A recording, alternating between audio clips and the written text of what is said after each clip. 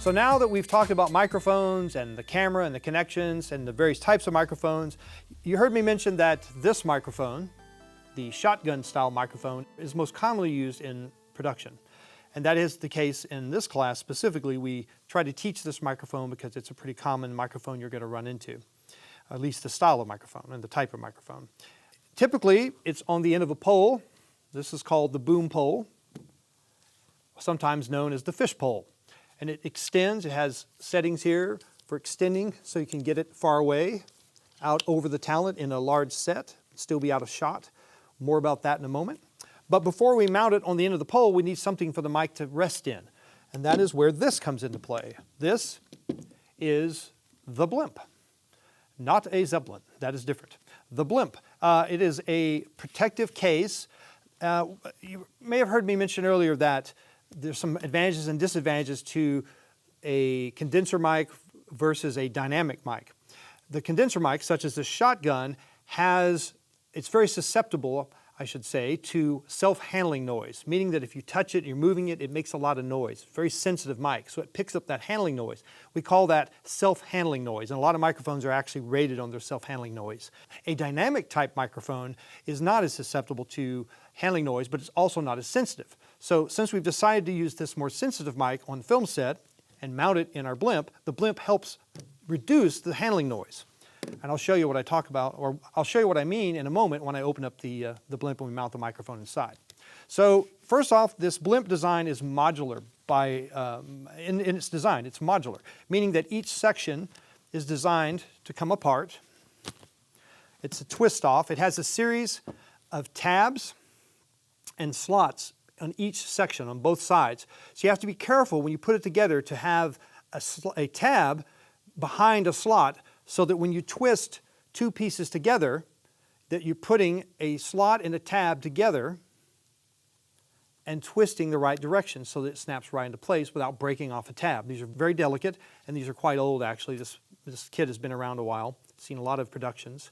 So they snap together. And again, it's modular. It's designed to work in either direction. You can put any piece to any other piece depending on the size and style of your microphone. But we've got it set up for this microphone, the one that we've been working with. Also, this part slides apart. When you put it away, we just do one little screw so it slides right out. And this is the actual housing that holds the microphone. I'm going to undo the handle. If you look on the bottom of this, find it here, we have taken the liberty of drawing an arrow right there. That tells us the end of the grip here, this pistol grip, which direction it orients to go into the housing, and which way the end of the microphone should be facing. So that the arrow is there, the end of the microphone needs to be facing the same direction. So I'm going to mount this through here and clip it into place. Now these are simply force-fed little clips, or plastic clips that spread apart when you push the microphone down.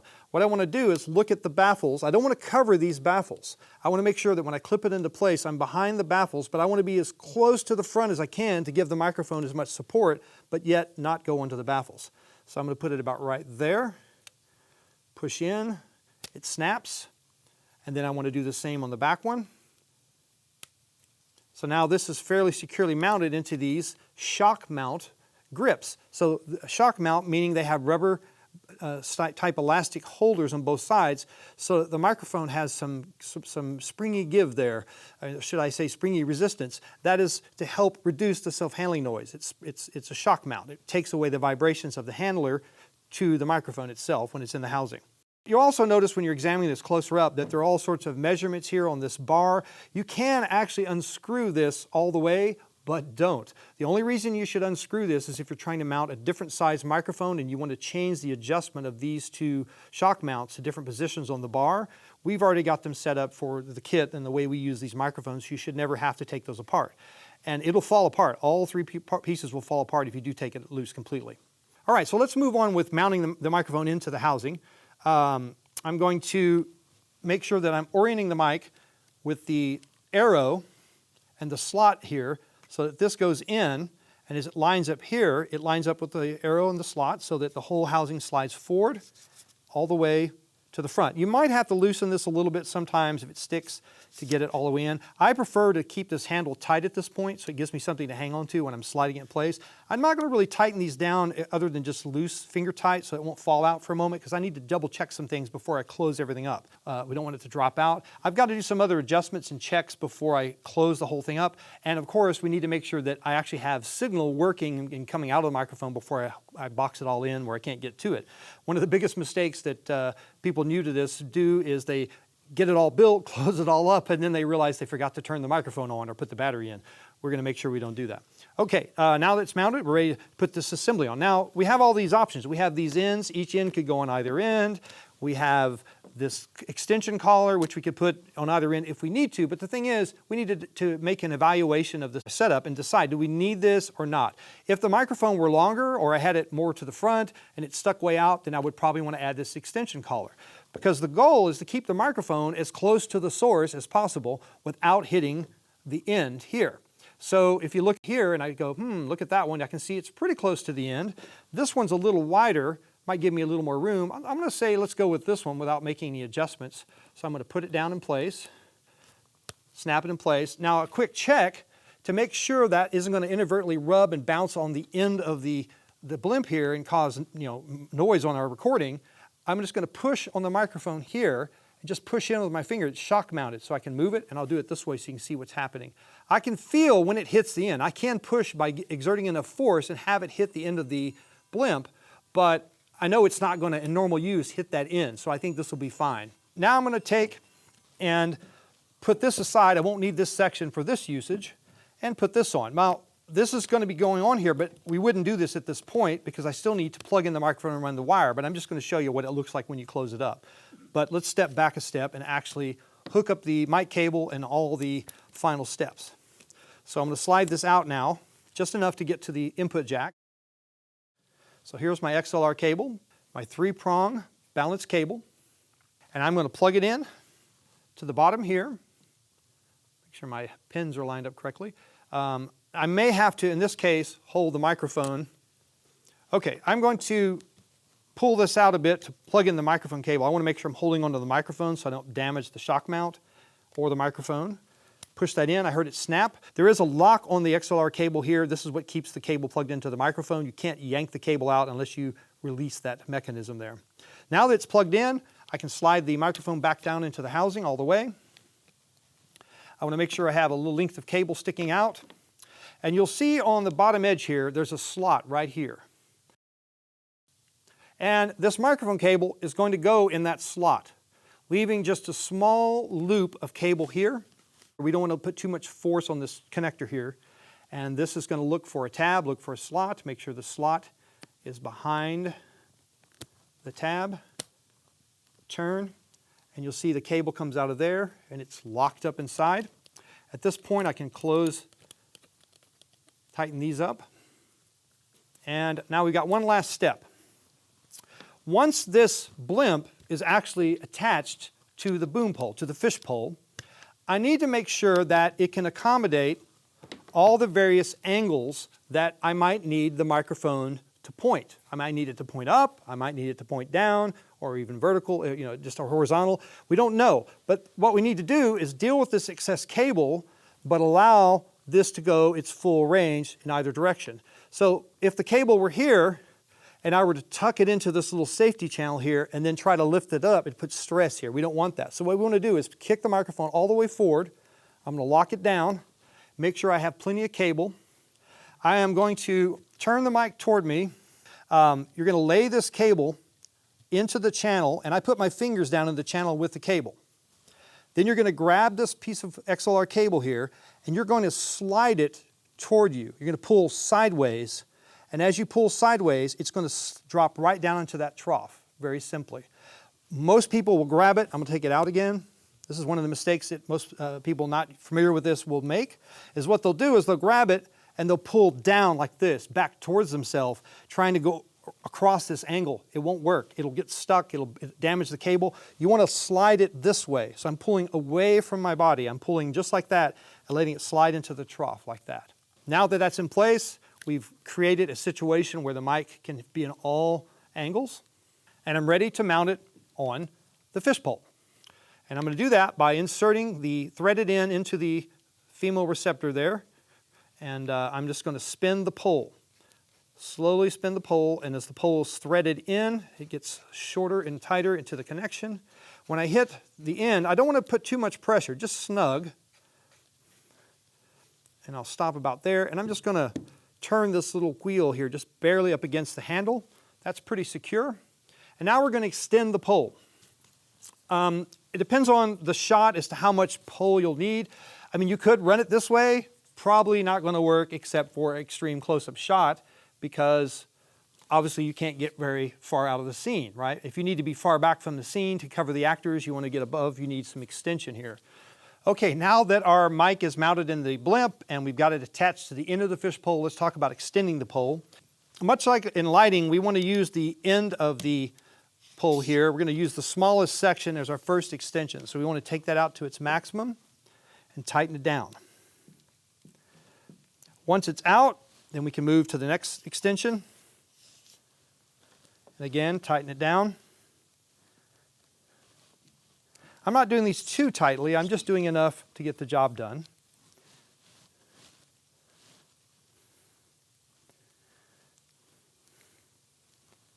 That's pretty good. All right, so now we have a really, really long boom pole. Okay, now that we're ready to actually take care of this cable length we have here, we don't want it dangling down into the frame when we're shooting, so there's a quick trick. All you simply do is hold it and sort of rotate the pole, and as you rotate the pole, see what happens to the cable? It goes around the whole stick, and once you get to a point where you've got it, now you can actually hold the boom pole. There's very many methods for holding a boom pole, but this is my favorite. Helps with fatigue. It keeps that cable from hanging down into the shot. And we'll talk more about how to hold a boom later on in this instructional series. So, live long and prosper. No, it's not a tribble. It looks like one though. No, this is called a dead cat. It's actually hiding underneath. We have our blimp. This is basically a way to cut down with wind noise when you're outside. It fits over, it's a bag with a zipper here, and it basically slides over the blimp, thusly, and once inside, you can zip it up, and it gives you some more protection from the elements, high winds, that kind of thing. And there you go, the dead cat. So now we're in the studio and we're ready to do some actual audio recording, and we're on a very low budget production. The production's budget determines everything. It determines the gear you'll need to rent, what you're going to purchase. It factors into workflow. In this case, we've set up a scenario that is the lowest budget possible. We have one director. Looking for the director. Where is the director? Oh, over here running the camera. So in this case, our camera operator is our director. We've all been on these kind of productions before. It's our friends saying, hey, I'm doing a movie, come on over. And there it is, one director, one camera operator. So we also had, because of the limited budget, we were only able to hire one audio crew member. Where is the audio crew member? Oh, sorry. Right here is our audio crew member. This is the cheapest audio crew member we could find. It is a boom pole mounted on a C-stand. It doesn't ask for brakes, works really cheap, but it doesn't do a very good job of following instructions. It's pretty much only good for static shots. Now, we need to bring in our talent. Where is the talent? Let me see. Talent sits in the chair. Talent to the set. Oh, here is our talent here. Let me step back. Now that our talent's ready, we need to make our connections from the boom operator to the camera. I noticed the boom operator didn't do that for us, so we have to manually do that. She's going to plug it in, and then we'll make the right settings. So she's plugging in the XLR into input 1. Remember, the camera has input 1 and input 2, two XLR inputs. She's using the top one, which is labeled audio input 1. Now, once that's done, she has to go into the matrix of routing options and choose to send that input 1 to 1 and 2, the two channels of recording. The current setting beforehand, it was set to the internal microphone. We don't want to use the internal microphone. We need to move it to input 1 from internal mic for both channels. Because we're plugging a microphone, the boom mic, the shotgun mic, into input 1. So we're moving it over from line to mic input on input 1. And now input 2 doesn't matter because nothing's plugged into input 2. Then we're going to move over to channel select. And on 1, we're going to choose whether that comes from, in this case, input 1. We're going to move it from internal mic to input 1. And then channel 2 select, we'll need to also feed it from input 1 because that's where our mic's plugged in. Now that that's done, we're ready to set our volume levels. Channel 2 will also be set to input 1. Excellent. We're ready to go. Let's set some levels. Take it away, talent. 10, 9, 8, 7, 6, 5, 4, 3, 2, 1. Perfect. We've got good levels. Got the thumbs up from the director and camera operator. And we're ready to do an actual take. It's important to note that the talent needs to speak in a normal speaking performance level. That depends on the scene, what that is. If the scene requires an angry, heated argument and the talent's going to be shouting during the scene, you want to set your levels based on that volume levels. You would actually have them deliver those lines and shout the lines at full volume level. If the scene is a soft whispering scene, they would need to be soft. The main thing is to rule out surprises. We don't want to be caught off guard with a volume set, a level set of a soft speaking, and then suddenly the talent starts yelling in the middle of the scene and you weren't prepared for that. You're going to overdrive the input and have clipped audio, which is something we don't want. Notice the director is wearing headphones because the camera operator in this case is the director. The director always wants to listen and hear what is being recorded. And action. 1, 2, 3, 4, 5, 6, 7, 8, 9, 10. And cut. Our director is the one that says cut. No one else may do so. As excellent. Excellent. So now the director would say moving on, or we would start again if we're going to go again. Okay, let's move on. Excellent. Moving on. Good job, everyone. So in this scenario, we actually have budget for an additional crew member. So we have our camera and director. I will be playing the part of talent, and we've actually hired a boom operator. Hello, boom operator. An actual body to move the boom around and handle making sure we stay on axis for our recording. Now, the problem is we have the camera recording, but our boom operator has no way to hear the sound that's being recorded. The camera operator has the headphones on. So in this case, we need to let the camera operator focus on running the camera and the boom operator on focusing on sound. So what we're going to do is use an extension cable from the camera and let the boom operator wear the headphones. This gives the best control for the operator to hear what's actually being recorded based on where he's pointing the boom mic. You could try to record without listening, but you're kind of going on line of sight and you're kind of guessing. And if the camera operator is trying to focus on their job of framing the shot correctly and focusing and camera movement, all these things that make good camera operation protocol, it's hard for them to do both jobs and focus on sound at the same time.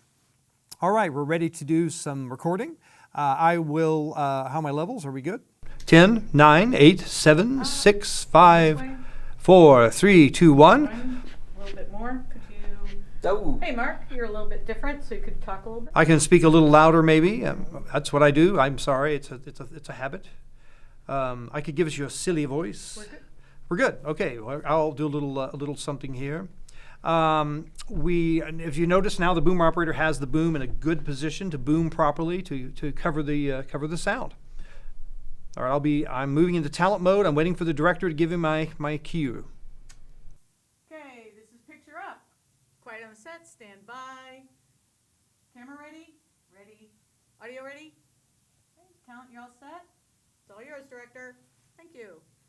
Rolling. And action. Welcome to our demonstration of audio here. I'm going to talk a little bit about capturing good sound using a boom microphone and a very professional camcorder. Cut. Good for me. Let's get moving on. All right, I'll be in my dressing room. No. All right, there you go. That is a boom mic straight to camera, but letting the boom operator have their own headphones to hear what the camera is recording.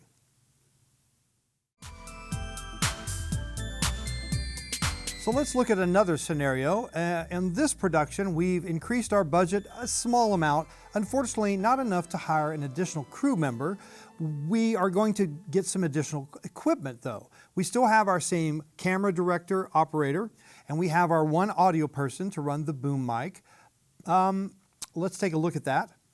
There's our boom operator. But this time we've added the field mixer, which he wears in a bag around his neck. And that allows the boom operator to now set the levels going to camera from his position instead of having to bug the camera operator to change levels.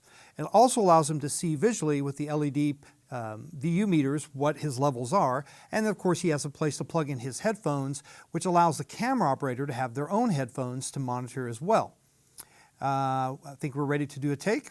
So I'm the talent director. You have the floor. Okay, this is picture up, please. Quiet on the set. Position boom, please. Okay, talk to me real quick. 1, 2, 3, 4, Looks 5, great. 6, 7, 8. Okay. Audio's ready, camera's ready, talent's ready. Okay, let's roll camera. And action. You spotted snakes with double tongue. Newts and blindworms do no wrong. Come not near our fairy queen. Cut. So as you can see, this gives us more control and it's a little better setup. So here we go. We're going to do another scenario. This time we have a pretty significant increase in our budget. We're actually able to add a new additional crew member. What this allows us to do is now have someone focused on the camera, someone focused on holding the boom pole and positioning the mic, but now we have someone that can actually run the mixer. Just a person to be dedicated to watching levels and sending gain and all that. This will increase our production value quite a bit. Now the only thing we need to do to facilitate this setup is we need to make sure we have a separate output run from the mixer back to the boom operator, who has now added an additional mixer pack to allow them to be able to hear what they're doing and control their own volume. In terms of routing, the difference here is we have added one additional wire. As you remember before, we have one wire coming out of the mixer going to the camera. Well, now the other output, the right output, is actually running over to the boom pack that the boom operator is wearing, so they have their own little mixer for setting their own monitoring volume and such there. All right, we're ready to go. Director, are you ready? Okay. Boom's ready. Mixer ready. Camera's ready. Okay, picture up. Quiet on the set. Stand by. Action. You spotted snakes with double tongue. Thorny hedgehogs be not seen. Newts and blindworms do no wrong. Come not near our fairy queen. And cut. How was it for you? Good? As you see, this gives us more control once again. Okay, we're ready to do our last scenario. In this scenario, it's basically the same as before. The only difference is we've added my lavalier mic that I have wearing on my person is actually into the same recording device, our camera, as our boom, which is fed into the mixer, and the mixer is then fed into the camera. So the receiver for the lav mic is on the camera, the boom pole is, shotgun mic is routed to the mixer, and the mixer's out is into channel 1 on the camera, and the receiver of the lavalier mic is in channel 2's input, and we have those two channels isolated on the camera, so that if we were to listen to our stereo file from our video file, the left side would be the boom mic and the right side would be my lav mic.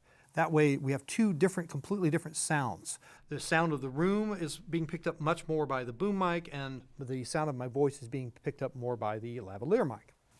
This is a great technique whenever you're recording in a loud, crowded situation.